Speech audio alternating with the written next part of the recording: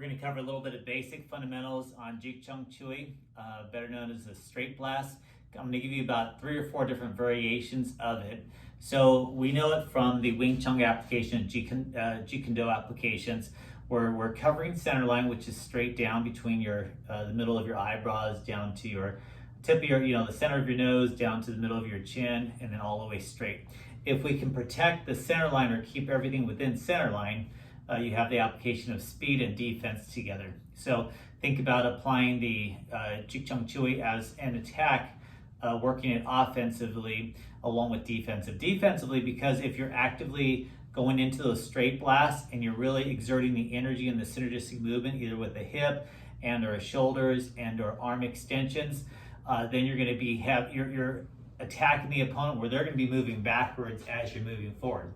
And it's going to be very difficult for them to have any power in their punch. If you're walking backwards and you're trying to punch because somebody's straight blasting forward and moving with it, you're not going to have any power effectiveness of that anyway. And then because you're covering center line, it's working as a defense from his attacks, especially if he's trying to come in with the similar actions there. So what we're going to do from here is basically the Dai Chi Chui punch. The bottom hand for this drill, I want you to cover. Think of it, when you set up for the Tan style or when you set up with the Tak style, very similar, kind of in between the two. So for the first drill, we're going to start here. Top hand center line punch, bottom hand's on the cover. Then when we come down, it's going to be switch, right? So what you don't want to do is I'm going to show you a couple of variations here. Once it's here, you're replacing the hands, right? So as one comes forward, the other one comes down. If we want to add a little power to that as we go forward, there's a shoulder and there's a hip.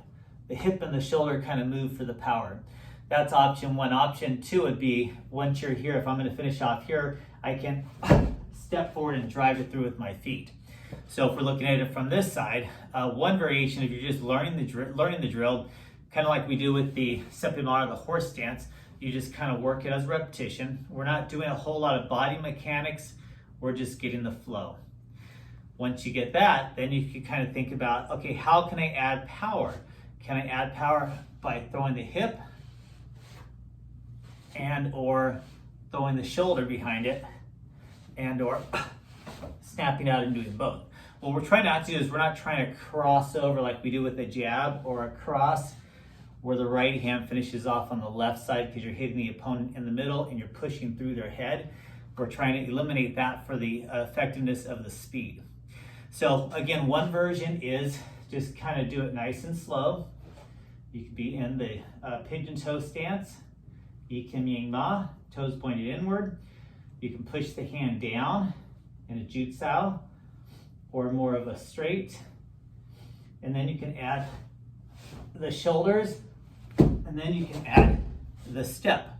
Now that's just a variation. Some people are going to be taught differently. Some people are going to be taught with the palm going somewhat in an uppercut motions, meaning that we're relaxing and then we're extending, right? And that's another variant from it. Again, from here it's relaxed and then it extends. Here it's relaxed and then it extends with the pivot or without the pivoting action. And then you're looking at speed, right? So a lot of times when they speed the drill, they're not going to separate the bottom hand into open hand, top hand into fist. It's just going to be keeping the fist in a straight motion.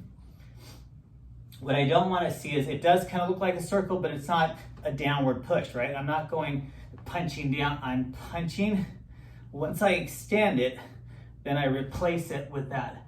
But when you see it fast motion, it does kind of look like a circle, but just keep in mind that I'm not pushing down like that. I'm still driving forward. I'm still extending through it. So you can just start nice and easy.